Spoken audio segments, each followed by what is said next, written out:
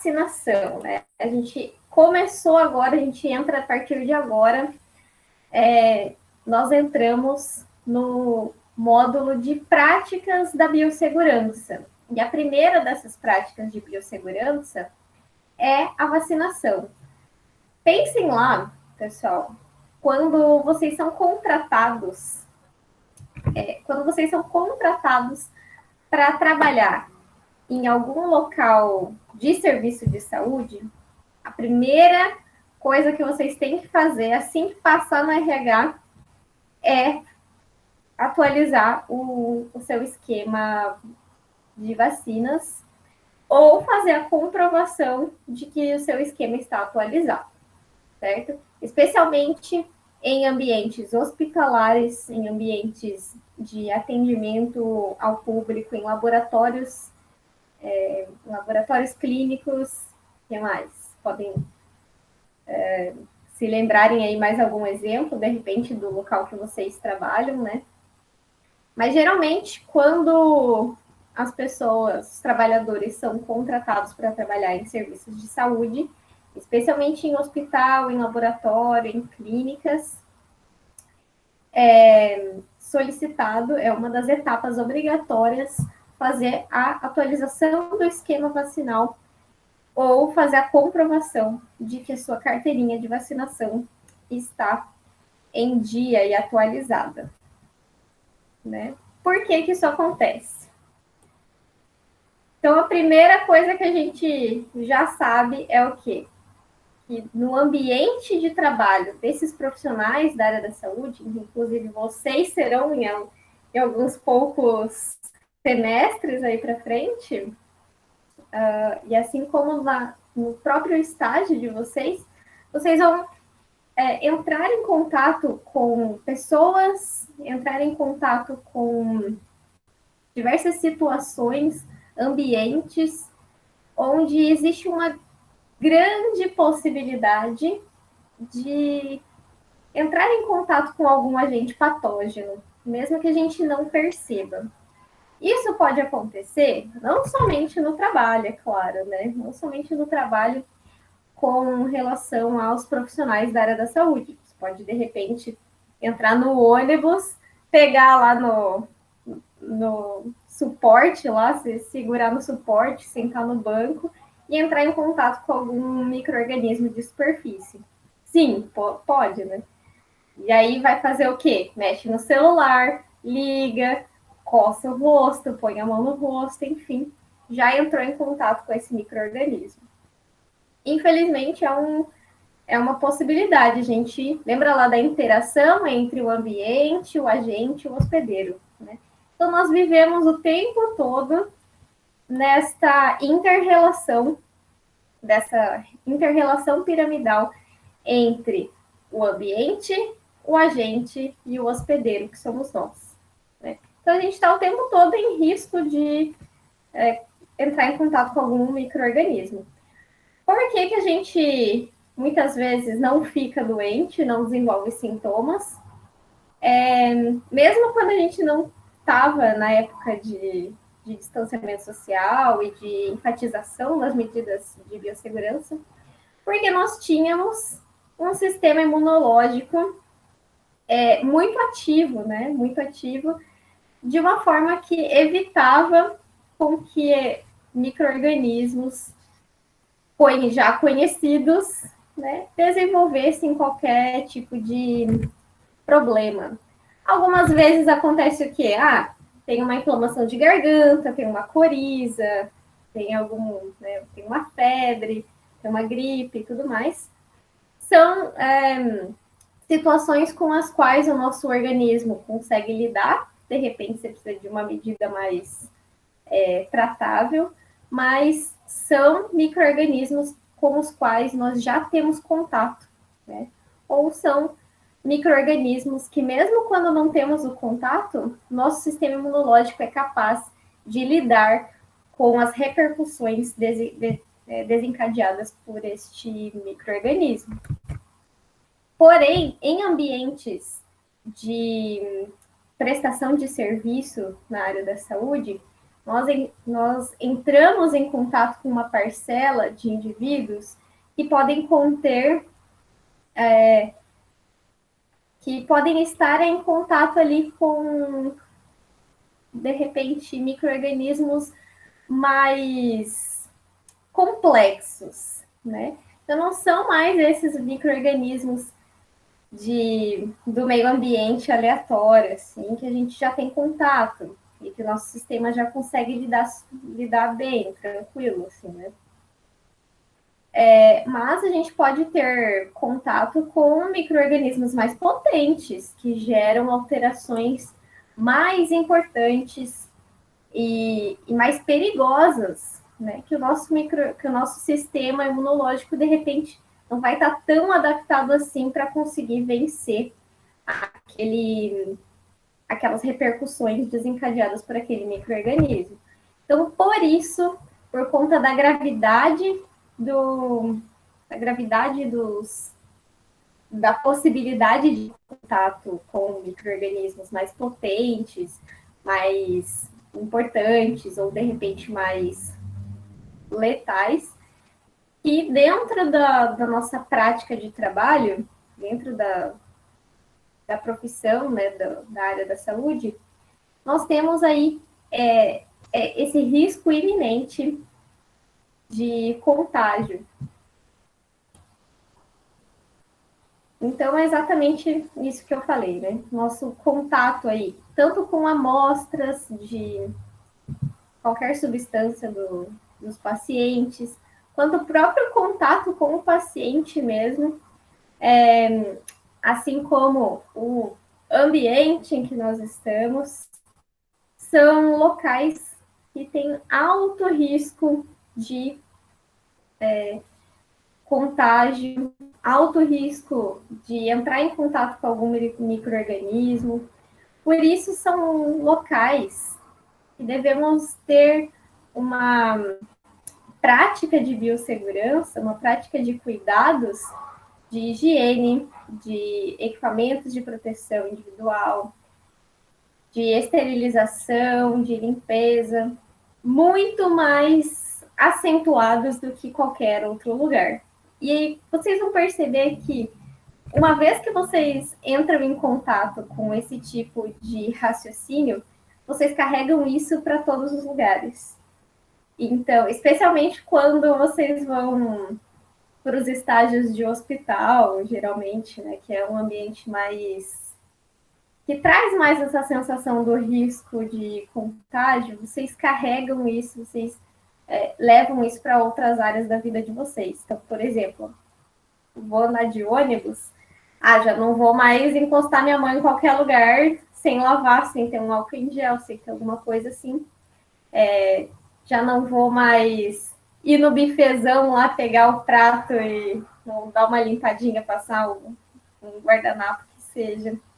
Enfim, são medidas que vocês vão adotando, já nem percebem, já vão adotando, porque tiveram esse tipo de raciocínio da prática de biossegurança,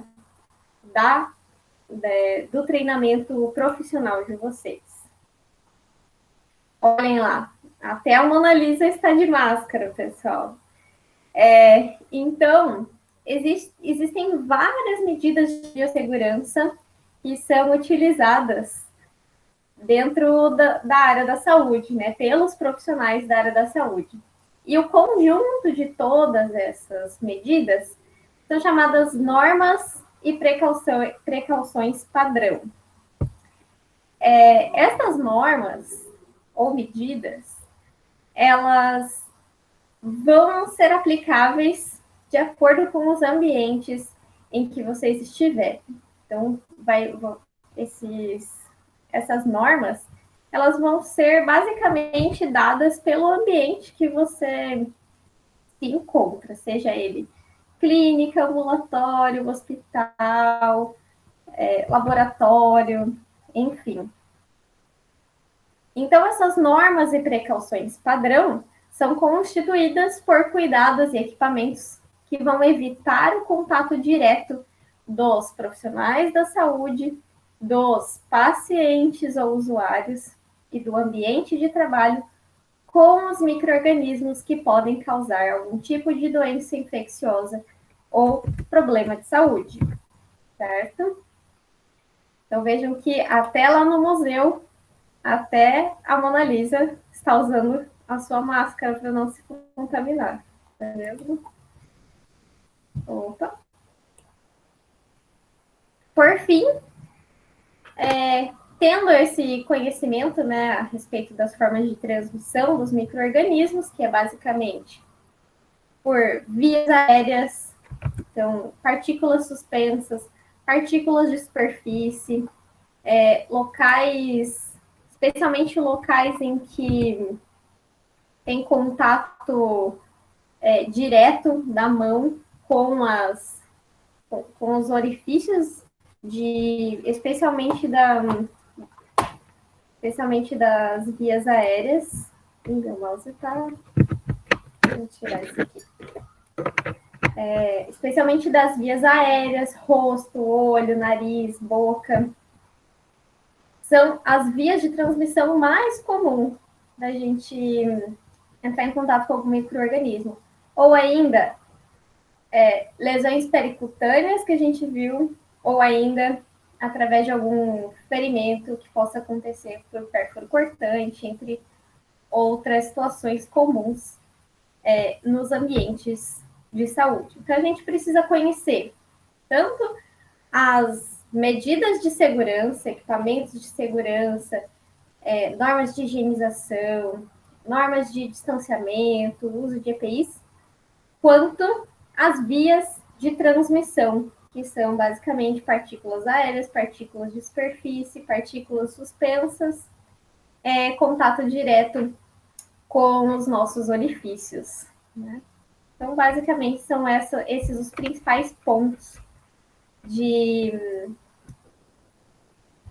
atenção que a gente precisa desenvolver quando trabalha em ambientes de prestação de serviço na área da saúde, beleza?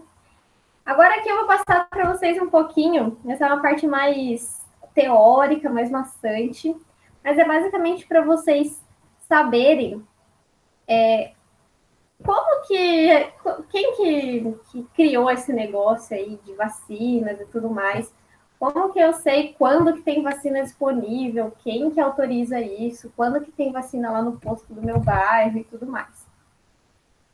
Então, aqui no Brasil, a gente tem um programa nacional de imunização, que basicamente determina quando nós temos vacina, para quem que é dado, para quem que é priorizado, quando e tudo mais. E como que chega essas vacinas até o posto de saúde perto da sua casa. Basicamente, nós temos registros aí da utilização de vacinas na medida preventiva do controle de doenças infecto-contagiosas aqui no Brasil desde da época lá do século XIX. Porém, a gente tem uma lei mesmo para instituir esse Programa Nacional de Imunização somente lá no ano de 1973, que existiu um documento descrevendo quando iam ter, quais seriam as vacinas que iriam ser disponibilizadas, quando que isso ia acontecer, para quem que ia ser aplicado, quais as formas de aplicação, se ia ser, enfim, quem ia aplicar, para quais regiões iriam aquelas amostras, aquelas ampolas de vacina e tudo mais. Então, lá no ano de 1973, foi criado o Programa Nacional de Imunizações, que é o PNI, e começou, então, a ter essa padronização e essa legislação com relação às substâncias de imunização distribuídas pelo país. Né? Então, este símbolozinho aqui que vocês estão vendo é um símbolo lá do começo da história do PNI. E esse carinha para quem não conhece, esse bonequinho aqui é o Zé Gotinha. Então, vamos lá, me coloquem lá no chat quem de vocês já recebeu um carimbo desse lá no posto de saúde quando era criança. Um carimbo lá no dorso da mão. E participou da campanha de vacinação do Zé Gotinha. Olha só, Júlia uma. Muito bem. Por que eu digo isso, pessoal? Essa campanha do Zé Gotinha começou lá nos anos 90, lá nos anos 80, 90, como uma forma de incentivo para que a vacinação fosse mais atrativa para as crianças. Porque pensa, criança não gosta de levar injeção, não gosta de tomar gotinha, não gosta de tomar vacina, sai que é um berreiro, né? Então, basicamente, foi uma...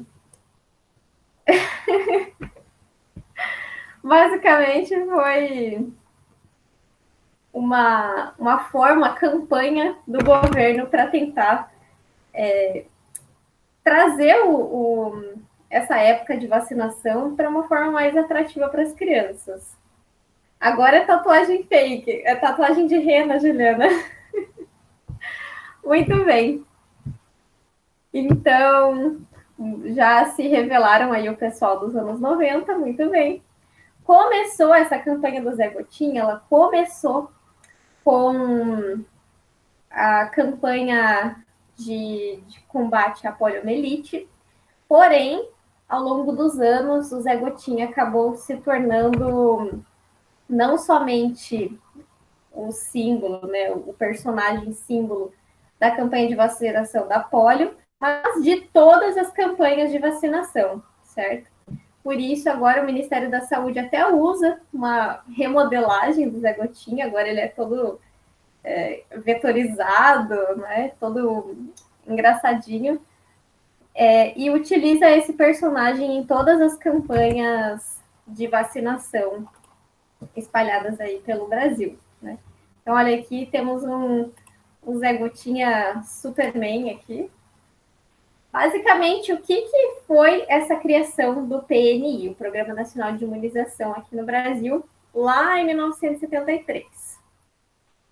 O PNI, esse programa, ele organiza toda a política nacional de vacinação dos brasileiros e tem como missão o controle, a erradicação, ou seja, zerar o número de casos de doença e eliminação das doenças imunopreveníveis, ou seja, todas aquelas doenças infecto-contagiosas que podem ser passíveis de prevenção por meio de uma vacina. Este programa é considerado uma das principais e mais relevantes intervenções de saúde pública no Brasil, especialmente pelo impacto obtido na redução de doenças das últimas décadas. A partir dessa implementação do PNI, lá nos anos 70, houveram uma redução, eu não tenho, na verdade, o gráfico de número de doenças número de doenças infecto-contagiosas ao longo do tempo. Mas existem esses dados, que deve ter algum lugar, eu não tive acesso para trazer para vocês, mas que a partir dos anos 70, com a implementação desse Programa Nacional de Imunização, houve uma redução exponencial, muito expressiva, do número de doenças infecto-contagiosas a partir dessas campanhas de vacinação, especialmente contra poliomielite, sarampo, entre outras doenças que são muito comuns, que eram muito comuns antigamente, e que levavam a óbitos expressivos também, tá? Basicamente, o PNI é responsável pela normatização técnica para o uso dessas substâncias que são as vacinas. Então, quando vocês lerem o termo imunobiológicos, né, o uso de substâncias imunobiológicas são as substâncias que tem dentro das ampolas das vacinas. O PNI decide quanto à introdução de um novo imunobiológico, ou seja, de uma nova vacina como integrante no calendário oficial de vacinação. Então, lembrem lá nos anos 2000 e... deixa eu pensar, 2009, 2010, surgiu um novo tipo de vírus da influenza, que é um novo vírus, um vírus modificado da gripe. E no primeiro ano, lá em 2009, 2010, mais ou menos, não tinha ainda uma vacina para liberar para a população.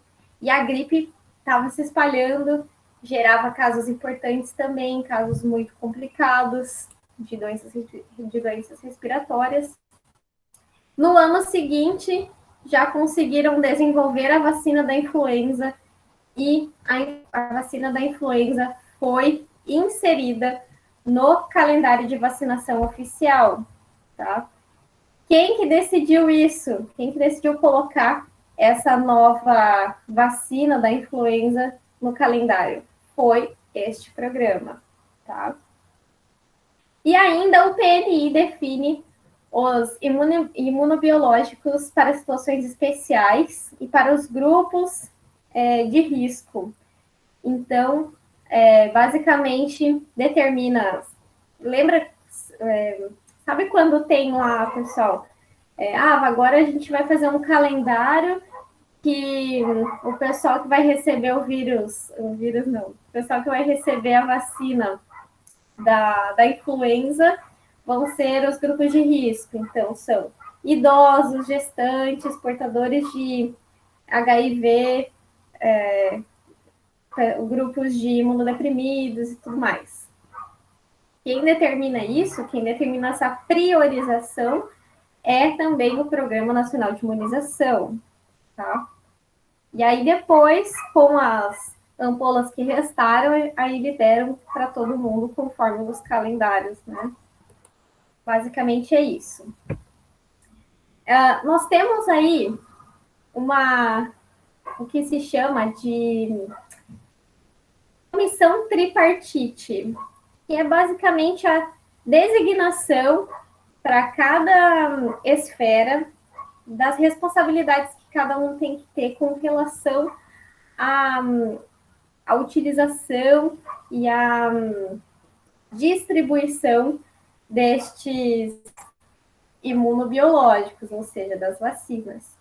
Então, o que o governo, a esfera federal, a União, ou seja, o Brasil, precisa ter como responsabilidade com relação à vacinação? Basicamente, olha lá, são competências da esfera federal. A coordenação do Programa Nacional de Imunização, ou seja, definir o calendário de vacinas, as campanhas nacionais de vacinação, as estratégias que vão ser utilizadas para fazer as campanhas, fazer a distribuição e fazer com que essas vacinas cheguem até os locais. Também o provimento dos imunobiológicos, ou seja, é de responsabilidade federal da União adquirir ou produzir essas vacinas que são definidas ali pelo Programa Nacional de Imunização, e ainda a gestão do sistema de informação, incluindo o registro e análise dos dados para fazer o estudo epidemiológico. Certo? Então, são competências da União, da esfera federal. Coordenar o programa, fazer as campanhas de vacinação, adquirir ou produzir as vacinas e coletar os dados de uso de pessoas que foram aplicadas, além de todo o controle epidemiológico que são os dados coletados pelo Ministério da Saúde, certo? E agora, cada estado, coloquei aqui o estado de Santa Catarina, porém, cada estado precisa reger as suas responsabilidades da forma com que consegue ali na região, na sua região. São competências da esfera estadual, ou seja, são de responsabilidade do governo estadual. Coordenação do componente estadual do programa, ou seja, se tiver uma secretaria, membros da Secretaria da Saúde, da Secretaria Estadual da Saúde, são responsáveis pelo programa, é coordenado por. Essa é a Secretaria Estadual, né? Isso mesmo. Então, é a coordenação de como o programa vai funcionar naquele estado, o provimento dos insumos. Então, a da vacina é de competência da esfera federal.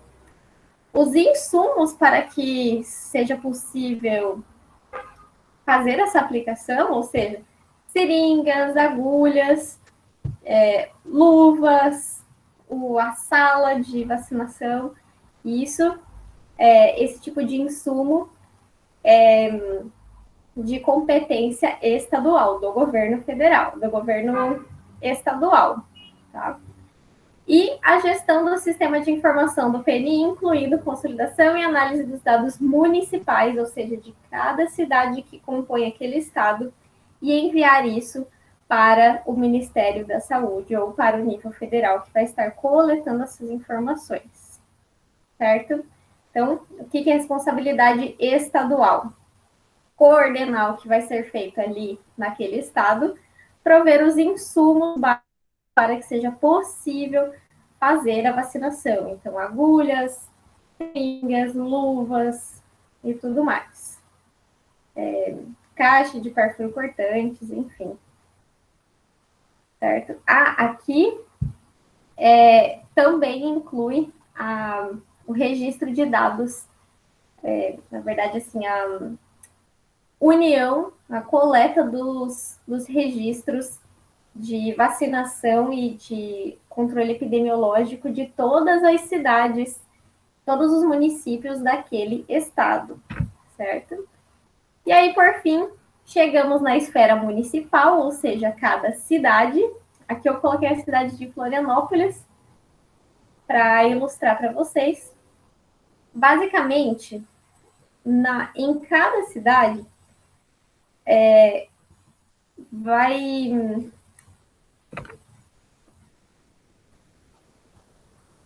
vamos ter aqui a coleta de dados por distritos, né? Vocês sabem que a divisão do SUS em cada cidade ela é feita por distritos, ou seja, cada regional, cada bairro ou cada vila dentro de cada bairro tem a sua unidade básica de saúde.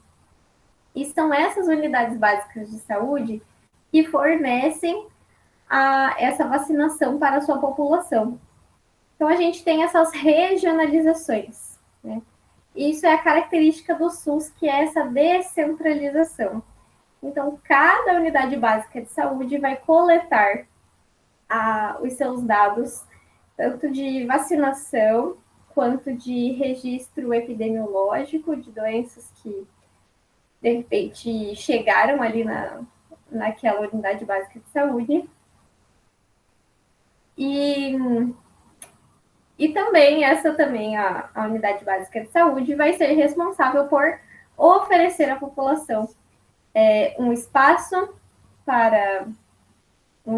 chamado a sala de vacinação, para atualizar o esquema vacinal das pessoas que moram ali naquele distrito. E fazer essa organização, né? Existem algumas ampolas que elas vêm com várias doses na mesma ampola e se você abre uma vez, você precisa usar todas aquelas doses, não pode guardar para utilizar no momento seguinte. Então, essa logística também tem que ser feita pela unidade básica de saúde. Geralmente, quando você entra numa campanha de vacinação, isso não é muito problema, porque várias pessoas vão passar por aquela unidade básica para fazer a sua imunização, para tomar a sua vacina. Porém, quando é algo esporádico, por exemplo,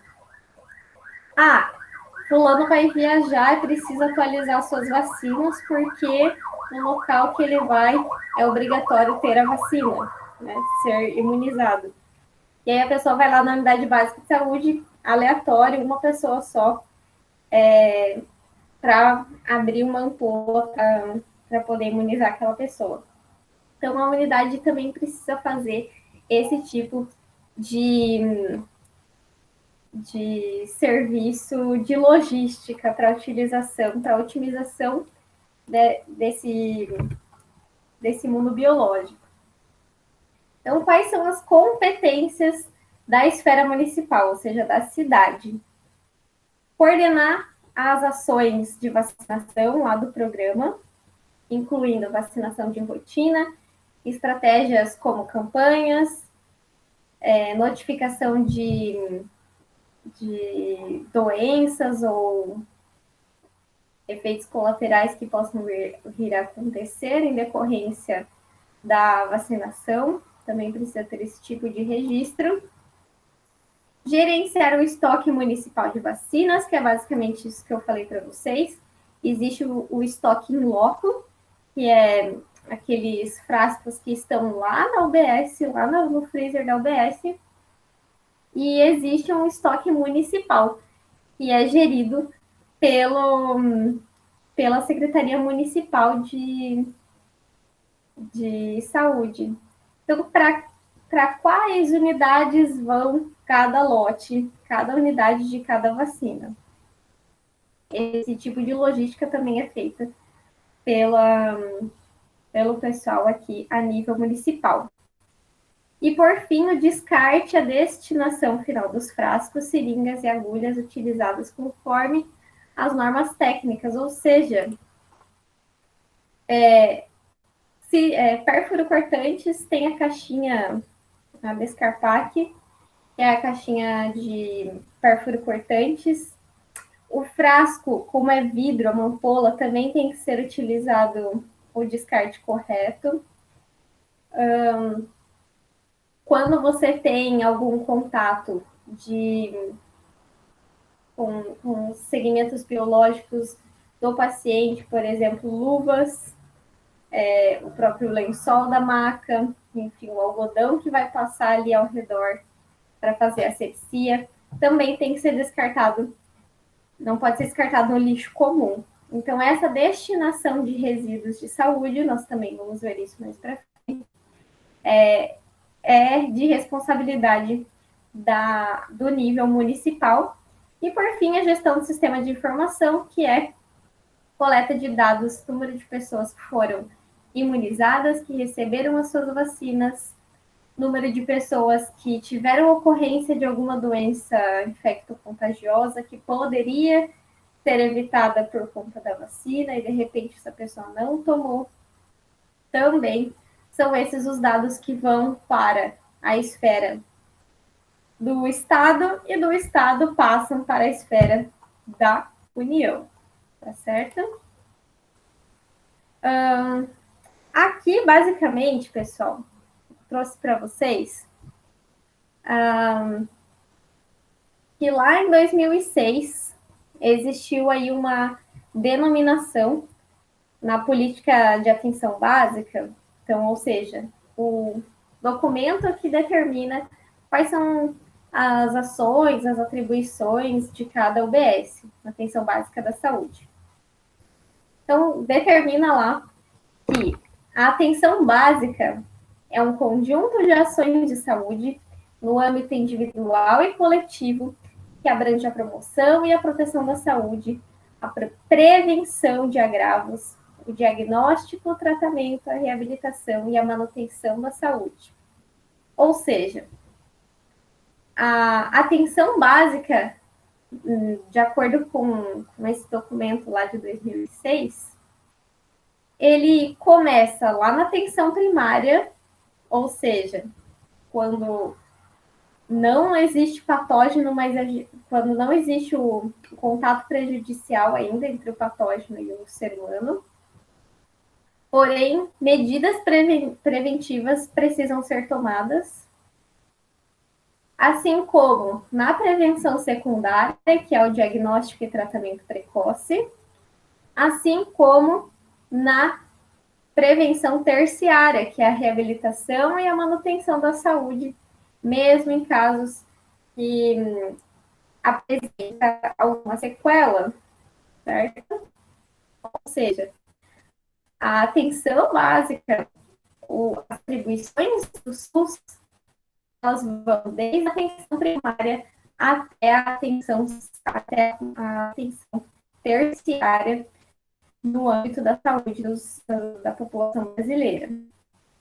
E aí, nessa política de atenção básica do SUS, existe uma equipe de saúde da família, que é um grupo dentro de cada unidade de saúde, dentro de cada UBS, uma equipe multidisciplinar que vai controlar e acompanhar cada caso ao redor do seu distrito. Eduarda, está travando, pessoal? Não sei se está conseguindo visualizar.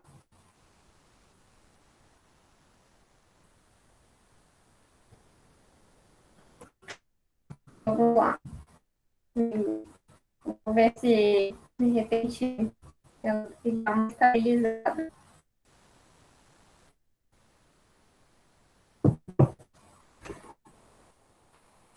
E aí, pessoal, voltamos. Está meio travando.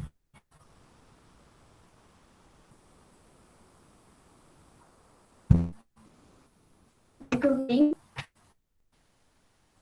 Eu vou sair e entrar de novo, vamos ver se melhora, tá? Vamos lá.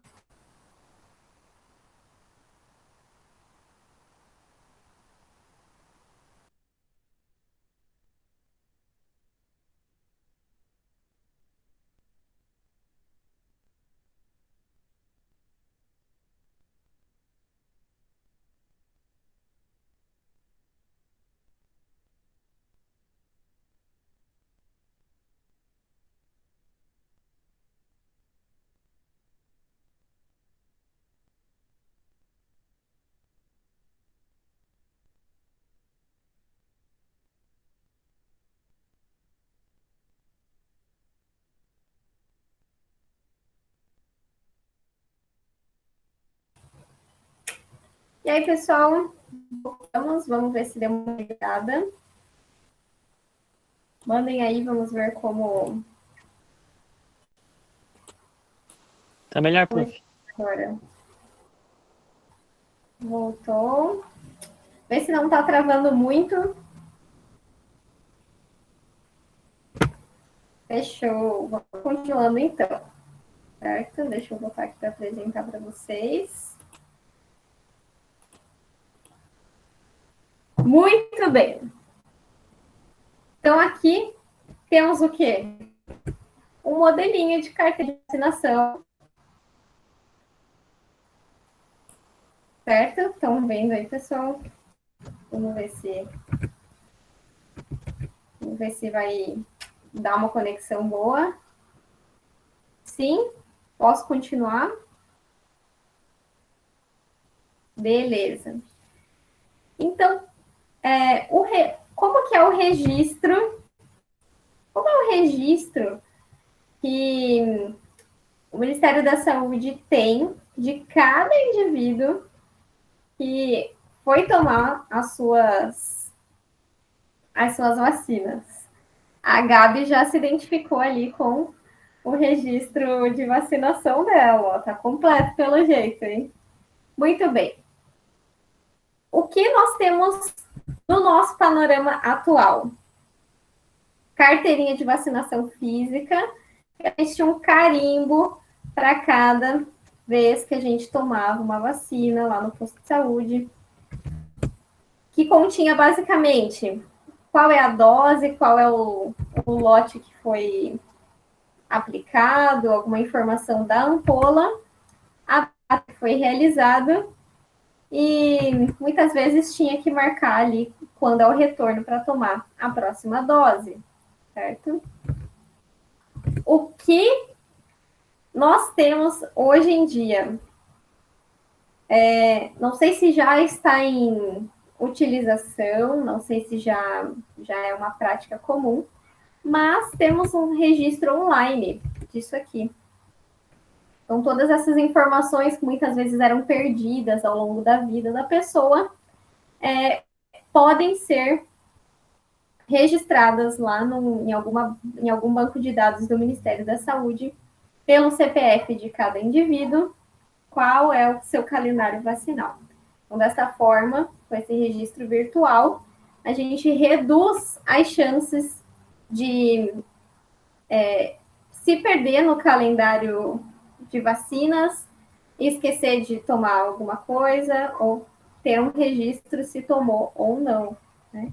Antigamente, o que fazia? Perdia a carteirinha, daí você vai lá trabalhar no hospital, não sabe se tomou, não sabe se não tomou, se nunca tomou na vida. Tem que tomar de novo para comprovar, para assegurar que você está imunizado daquela possível daquele possível micro-organismo, certo?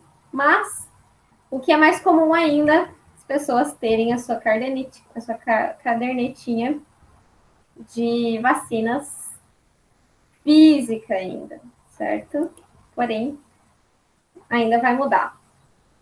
Então, o que a gente tem lá? O que o PNI ele desenvolve? Um calendário nacional de vacinação. Nesse calendário nacional de vacinação, o PNI ele descreve quais são as vacinas ofertadas pelo SUS com relação ao tipo de vacina, ao número de doses do esquema básico e dos reforços, ou seja, daquele período em que você toma uma segunda dose, a idade adequada para tomar cada uma dessas vacinas e a dose para cada faixa etária, e o intervalo entre uma dose e, de repente, um reforço ou uma segunda, terceira dose daquela mesma vacina. Por que isso acontece? Por que o PNI descreve esse tipo de coisa? Porque o nosso sistema imunológico ele precisa se adaptar àquele contato com aquela substância enfraquecida do vírus, para que o nosso sistema imunológico consiga produzir defesas naturais contra aquele micro-organismo e crie uma memória que dure pelo menos um tempo para que aquela vacina continue atuando de uma forma a deixar o nosso sistema imunológico preparado para, de repente, um contato com daquele vírus ou aquele micro-organismo que venha a desenvolver alguma doença, porém o nosso sistema já vai reconhecer e estar preparado para lidar com aquela situação. Deixa eu abrir aqui para vocês. Eu deixei o link aqui embaixo e ficou bem pequenininho, mas basicamente este era o calendário de vacinação aqui de Santa Catarina para este ano de 2020. Então, o que tem lá no calendário? Na primeira coluna, a coluna que está aqui na parte esquerda do vídeo, a gente tem lá quais são as pessoas, né, a faixa etária de vacinação. Então, o primeiro item na coluna são as crianças. As crianças têm dentro do calendário lá, ao nascer, deixa eu ver se consigo. Não dá para aumentar aqui nessa. Deixa eu sair dessa parte de visualização. Cadê?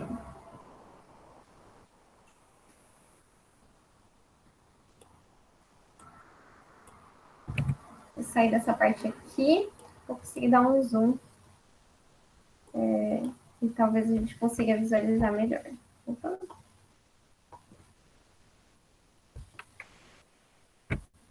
Aí.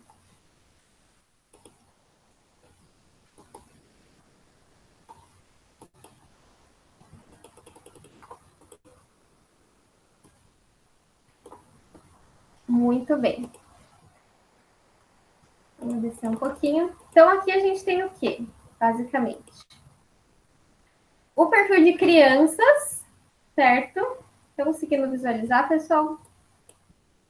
O perfil de crianças, que tem as determinadas vacinas dentro de cada faixa etária da época de crianças, tá? O que a gente tem ali, ó? Criança, ao nascer, tem que tomar a BCG, a hepatite B, certo? E ao nascer aqui, até exatamente ali no primeiro dia, nas primeiras 24 horas do nascimento, ou na primeira consulta com o pediatra, ou até 30 dias após o nascimento. Essa é a parte, essas são as duas principais, as primeiras vacinas que a criança toma. Depois, lá aos 2 meses de idade, começam outras vacinas, né, que serão tomadas.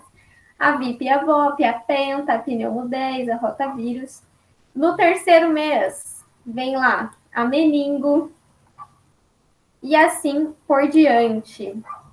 O que a gente toma quando é adolescente?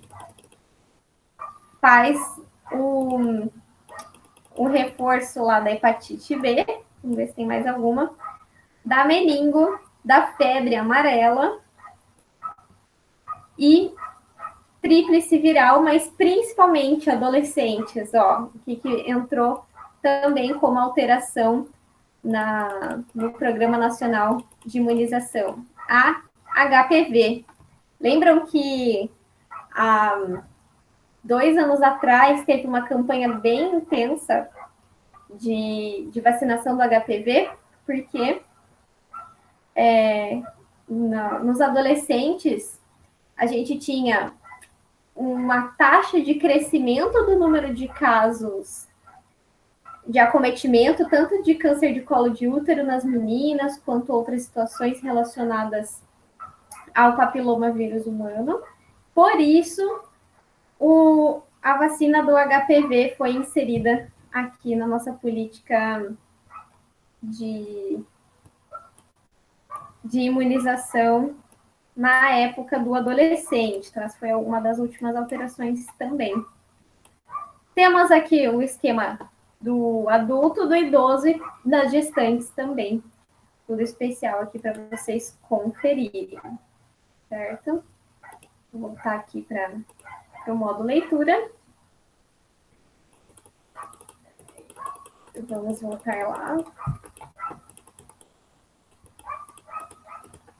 E aí, então, vocês podem conferir depois, assim, com calma, né? Dê uma conferida lá. Peguem a caderneta de vacinação de vocês. Peguem lá a Batalha Naval com a faixa etária. Vocês vão estar aqui, ó, entre adolescentes e adultos, né? Então, o pessoal já dá uma conferida aí se está com o seu esquema vacinal em dia, certo? E aí, a gente também tem no mesmo documento o intervalo entre as doses de vacina, ou seja, esse é o documento elaborado para o estado de Santa Catarina, mas que segue as diretrizes nacionais de vacinação, certo? Então, para cada faixa etária, a gente tem diferentes intervalos de aplicação também, beleza? Vocês podem conferir aqui depois. Quais são, basicamente, as vacinas que atualmente compõem lá no PNI? Então, são as vacinas da hepatite B recombinante, e a gente já vai ver quais são esses termos, quando é que é recombinante, quando é inativada, quando é atenuada, certo? A gente já vai entender o que é cada uma dessas formas de apresentação dos vírus dentro de cada vacina, tá? Então, as vacinas que fazem parte do Programa Nacional de Imunização. Hepatite B recombinante, BCG, que é aquela lá da infância que deixa a marquinha no braço, da hepatite A inativada, da poliomielite atenuada, que é a VOP, e da poliomielite inativada, que é a VIP, tá? Então, são duas formas de apresentação dessa vacina da poliomielite, tanto ela atenuada quanto inativada. Temos lá a penta. A penta é um combo de substâncias ali, de vacinas, que vão te proteger contra 5 micro-organismos, que é difteria e tétano, que não são organismos de vírus, né? São substâncias tóxicas que podem gerar alguma doença. Daí temos lá pertússias, hepatite B e influenza B, tá? Então, essas 5 substâncias estão lá na penta, quando vocês tomam a vacina chamada penta. Daí temos a DTP, que também protege contra 3 cepas, né? Difteria, tétano e pertussis. E aí nós temos aqui eu coloquei errado, né? Aí a gente tem a DT humana, tá? Esse quadrinho aqui do meio eu coloquei igual ao anterior. Mas é a DT humana, que é a difteria e tétano sem a pertussis. E essa daqui é a que a gente toma quando já é adulto, tá? Para proteger contra o tétano e a difteria. Temos lá do rotavírus humano, da febre amarela atenuada também. Temos a tríplice viral, extremamente importante. Essa daqui foi uma das vacinas que mais deu redução de número de casos de doença infecto-contagiosa foi após a implementação da tríplice viral, que são contra sarampo, cachumba e rubéola, certo? E aí a gente também tem a tetraviral, que é contra sarampo, cachumba, rubéola e varicela, e elas atenuadas. Temos a meningocócica, pneumocócica, que aí é para proteção contra pneumonias, contra a varicela. Então, percebam que existe ali a vacina da varicela atenuada sozinha ou ela conjugada com outras cepas também, que é ali na tetraviral, certo? Da influenza também tem vários tipos de cepas da influenza, da raiva humana e do papilomavírus humano, que é o HPV, certo? Então, são todas essas vacinas que são previstas para liberação no Brasil, certo? Para ter em todas as unidades de saúde disponível para vacinação da população brasileira. É claro que, quando tem campanha, são adquiridas mais unidades do que outras, em detrimento da campanha, obviamente, né? Então, para fechar esse bloco aqui, o Brasil, tanto na implementação do próprio SUS, quanto no esquema de vacinação, o Brasil ele se destaca, né, nessa atenção à saúde, ao acesso da saúde, especialmente por ser gratuito para a população, ele se destaca dentre os demais países do mundo.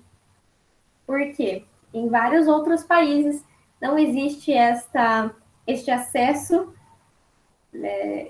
sem custo para a população com relação aos tratamentos de saúde, à imunização e tudo mais. Então, o Brasil ele se destaca, tanto que na ONU, o Brasil, o representante brasileiro, ele tem a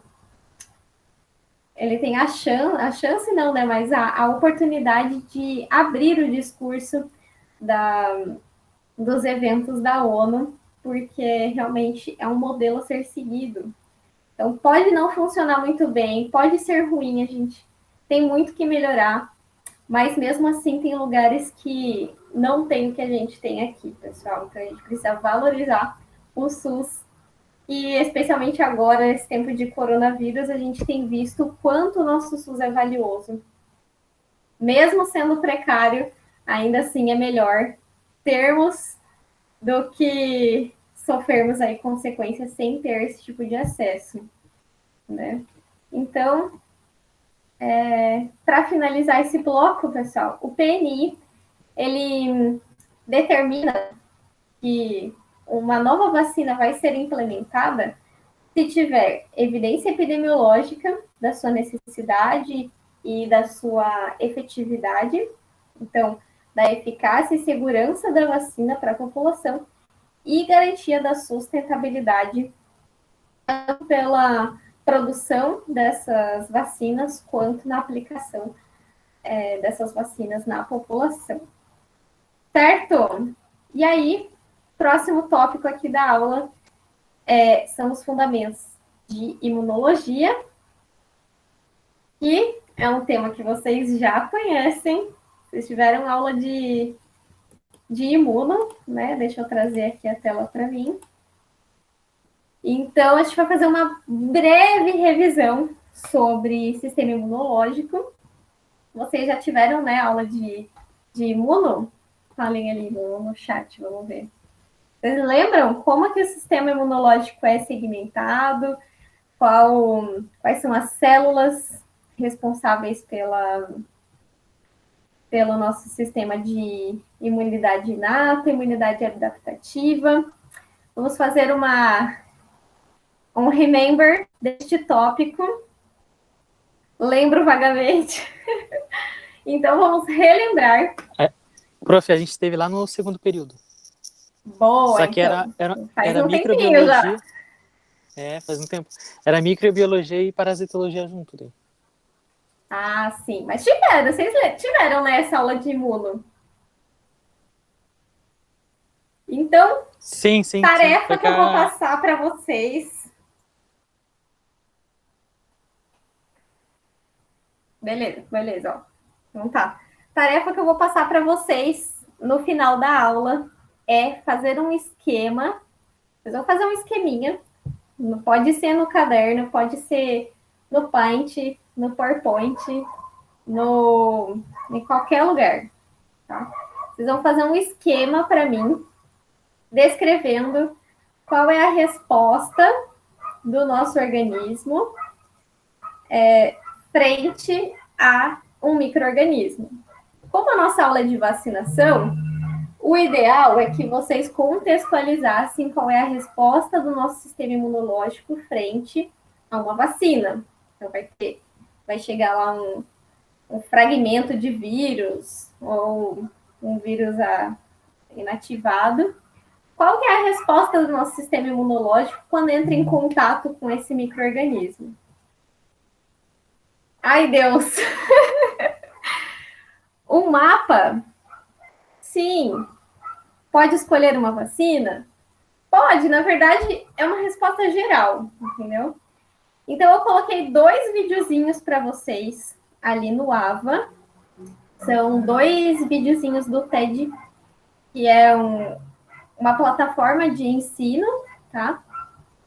O videozinho é em inglês, mas vocês têm a opção de colocar a legenda ali em português, tá? São 2 vídeos. Um é como a vacina funciona, por que ela gera nosso sistema imunológico se adapta ao micro-organismo. E o outro vídeo é como o sistema imunológico funciona. Deixa eu colocar aqui para vocês no chat.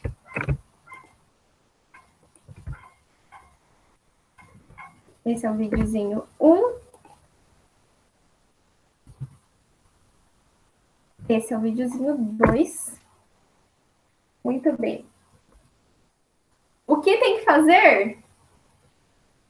Então, vocês vão fazer um esqueminha de como funciona uma resposta imunológica, tá? pode fazer do jeito que vocês quiserem, entendeu? Pode ser simplificado, pode ser desenho de célula, pode ser um mapa mental escrito com flechinhas e tudo mais. O que eu quero? Que vocês, do jeito de vocês, como vocês conseguem estudar, como que fica claro na cabeça de vocês a forma que o nosso sistema imunológico funciona, tá? Mediante uma vacina ou qualquer outro micro-organismo. Entregar no e-mail. Vocês preferem mandar pelo e-mail ou subir no AVA? Eu vou dizer que eu prefiro corrigir pelo e-mail, porque o AVA tem que fazer um download de todo mundo. No e-mail eu consigo fazer direto ali, ó. Menos trabalho para mim, hein? Beleza. Então, entrega no e-mail, tá? Fechou. Mas bem tranquilo, pessoal.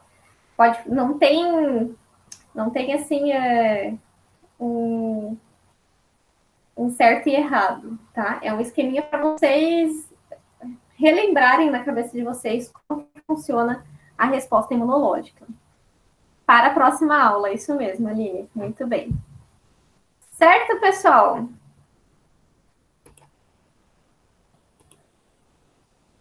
Tranquilo, né? Esse trabalho. Tranquilo, né? Basicamente vai ser um pouco do que eu vou estudar, que eu vou passar para vocês aqui no próximo tópico, tá? Vamos fazer um intervalinho